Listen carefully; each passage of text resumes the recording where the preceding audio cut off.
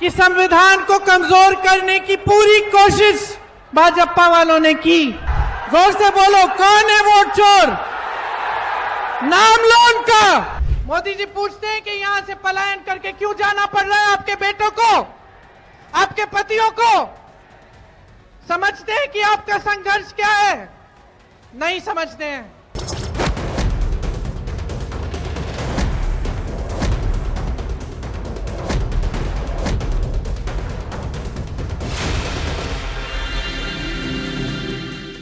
आज भी हम आपके अधिकारों के लिए लड़ रहे हैं, आज भी हम सत्य के लिए लड़ रहे हैं, आज भी हम एक साम्राज्य के खिलाफ लड़ रहे हैं, वो है नरेंद्र मोदी का साम्राज्य।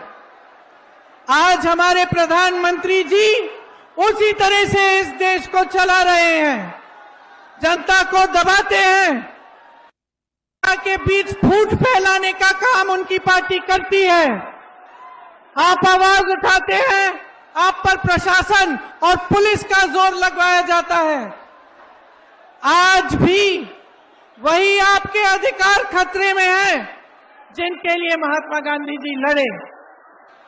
क्या है वो अधिकार? उनमें से सबसे महत्वपूर्ण वोट का अधिकार है। ये जो वोट है आपका, जो आप कुछ ही दिनों में डालने जा रहे हैं, इस वोट से आपका भविष्य, आपका जीवन बनता है या बिगड़ता है। ये हमारे संविधान ने आपको एक सबसे बड़ी शक्ति दी है, जिससे आप इस देश की सरकार, इस प्रदेश की सरकार के लिए आप खुद निर्णय ले सकते हैं। और आज आपने देखा है कि संविधान को कमजोर करने की पूरी कोशिश भाजपा वालों ने की। और जब उनको पता लगा कि 2024 के जो आम चुनाव थे कि उसमें कि जनता खिलाफ है संविधान को कमजोर करने की, जनता लड़ेगी, जनता आवाज उठाएगी, तब वो पीछे हटे और उन्होंने जो इनका वोट चोरी का काम है उसको मजबूत करना शुरू किया। वोट चोरी का मतलब ये है कि आपके वोट का अधिकार खत्म करने की साजिश। कौन है वोट चोर? जोर से बोलो, कौन है वोट चोर? नाम लो उनका, नाम लो उनका।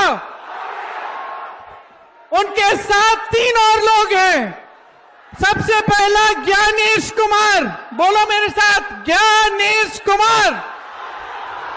मेरे साथ बोलो, विवेक जोशी, SS संधू। ये 3 लोग हमारे चुनाव आयोग के सबसे बड़े अधिकारी हैं और इनको इतनी शर्म नहीं है कि इस देश ने उनको दायित्व दिया है, उनको जिम्मेदारी दी है कि हमारे लोकतंत्र की रक्षा करें, हमारे वोट की रक्षा करें, लेकिन इनको शर्म नहीं है। ये आपके यहां से, बिहार से 65 लाख वोट काट रहे हैं, काटे हैं इन्होंने। तो आप बताइए, क्या इनको पद के पीछे छिपने देना चाहिए?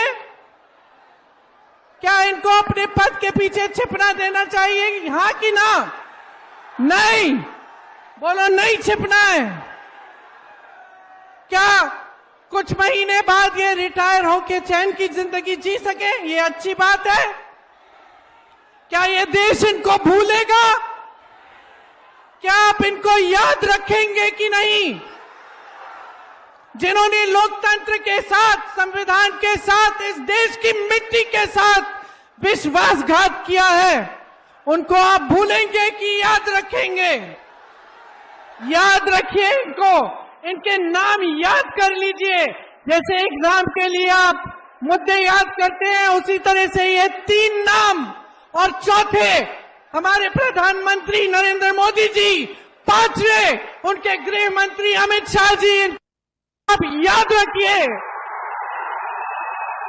क्योंकि वो समय आया और आएगा कि देश को जवाब देना पड़ेगा।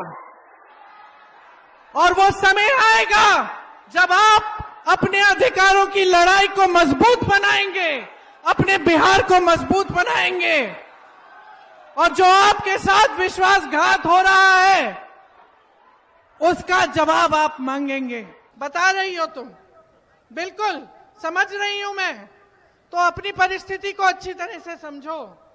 ये जो 10,000 रुपए का घूस देने की कोशिश कर रहे हैं ना, ले लो, पैसे ले लो, 10,000 रुपए ले लो, लेकिन अपना वोट मत दो बहनों,